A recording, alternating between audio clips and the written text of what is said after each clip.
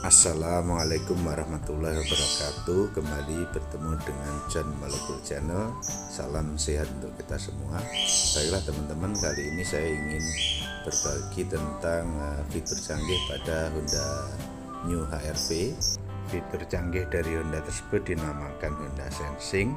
Namun kita harus benar-benar mengenali fitur-fitur tersebut, karena jika kita salah menggunakannya, maka yang kita dapatkan justru bukan kemudahan, kenyamanan, dan confident, namun justru sebaliknya bisa menimbulkan adanya potensi celaka, kemudian menimbulkan tidak nyamannya pengendara lain di sekitar kita. Untuk itu dalam video kali ini John Molekul ingin sharing bagaimana menggunakan fitur-fitur canggih tersebut yang tepat sesuai dengan sikon di perjalanan, sehingga berkendara kita menjadi lebih aman, nyaman, dan confident. Yang pertama, kita berkendara dengan mengaktifkan semua fitur baik ACC maupun LCAS dan yang lain-lain. Ini ditandai dengan kedua fitur tersebut berwarna hijau di dashboard. Ketika mode ini yang kita gunakan, kita aktifkan, maka seolah mobil berjalan sendiri, mengurangi dan menambah kecepatan serta mengerem sendiri, berbelok sendiri. Namun karena ini masih semi otonomous, bukan full otonomous, sistem akan selalu mengingatkan kita untuk tetap pegang setir walaupun sifatnya hanya mengawas-ngawasi. Mode ini memang sangat membantu pengemudi agar tidak capek, nyaman, dan lebih santai. Menurut saya mode ini hanya tepat dan cocok digunakan di jalan tol, sementara jika digunakan di jalan raya yang crowded trafficnya, saya kira kurang pas dan kecanggihan fitur tersebut tidak begitu bermanfaat. Selanjutnya, bagi teman-teman yang hobi nyetir atau hobi berpetualang dan nyetir itu merupakan sebuah hiburan, maka mode berikut ini bisa dipertimbangkan untuk digunakan, tapi semua kembali kepada preferensi masing-masing. Dengan mengaktifkan fitur LCAS saja, maka penambahan dan pengurangan kecepatan serta pengereman kita lakukan secara manual, sehingga kecepatan kita itu sesuai kehendak kita. Namun LCAS akan menjaga mobil tetap berada di lajurnya atau di lane-nya istilahnya, sehingga ketika malam hari kemudian atau dalam keadaan hujan yang mana jalan itu belok kanan atau kiri itu kurang jelas, maka dengan bantuan LCAS ini maka mobil akan secara otomatis tetap berada di jalurnya, sehingga itu sangat membantu keamanan kita dan kita akan confident belok dalam kecepatan yang cukup tinggi. Fitur ACC justru dimatiin, sehingga kecepatan benar-benar sama ngeremnya kita atur secara manual dengan kaki kita. Namun yang menjaga kita tetap di jalur itu sistem seperti ini. Nah, jadi walaupun ini kita nggak ragu-ragu karena dibantu oleh sistem, jadi kita hanya ngawat-ngawati aja, walaupun nikung agak tajam, kecepatan tinggi, kita percaya diri.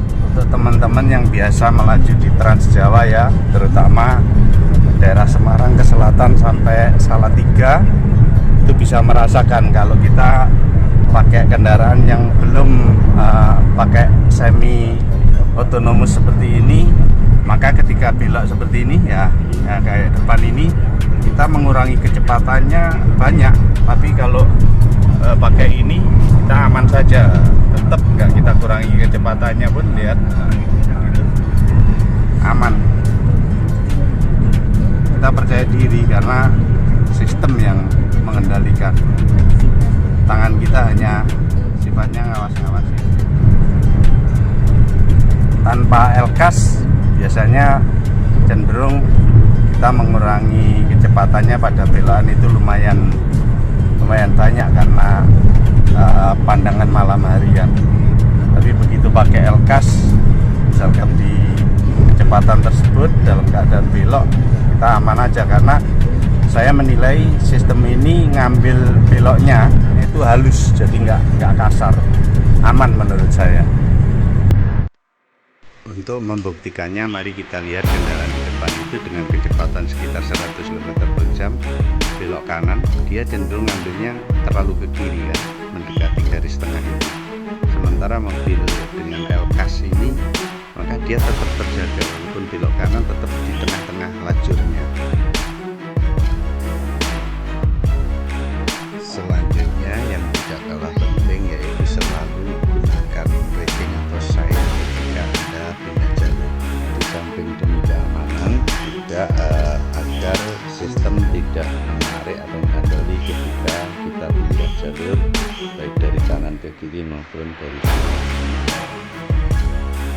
Selanjutnya sangat penting untuk diperhatikan bahwa fitur L-Class ketika kecepatan naik mencapai 72 km per jam ke atas, dan dia akan nonaktif ketika kecepatan turun mencapai 60 km per jam atau ke bawah. Lagi-lagi dengan fitur ini ketika kita menghadapi belokan melingkar yang sangat tajam, salah satu contohnya lingkaran yang mau masuk ke Semarang dari arah Kali Kangkung, itu ketika kita memasuki lingkaran, mendekati lingkaran itu yang bundaran warna biru dan warna itu, sangat mungkin kecepatan kita masih tinggi sekitar 100 km per jam atau bahkan lebih.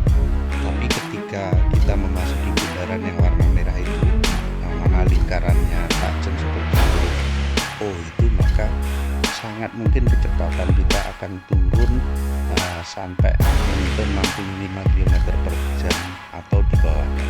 Maka ketika itu terjadi, fitur L-Class otomatis nonaktif dan mobil harus kita kendalikan sendiri, tidak dikendalikan oleh sistem. Jika itu terjadi, mobil bisa menabrak guardrail yang sebelah kanan. Sekali lagi, ini penting sekali untuk diperhatikan demi keselamatan teman-teman semua. Demikian sharing yang dapat saya sampaikan.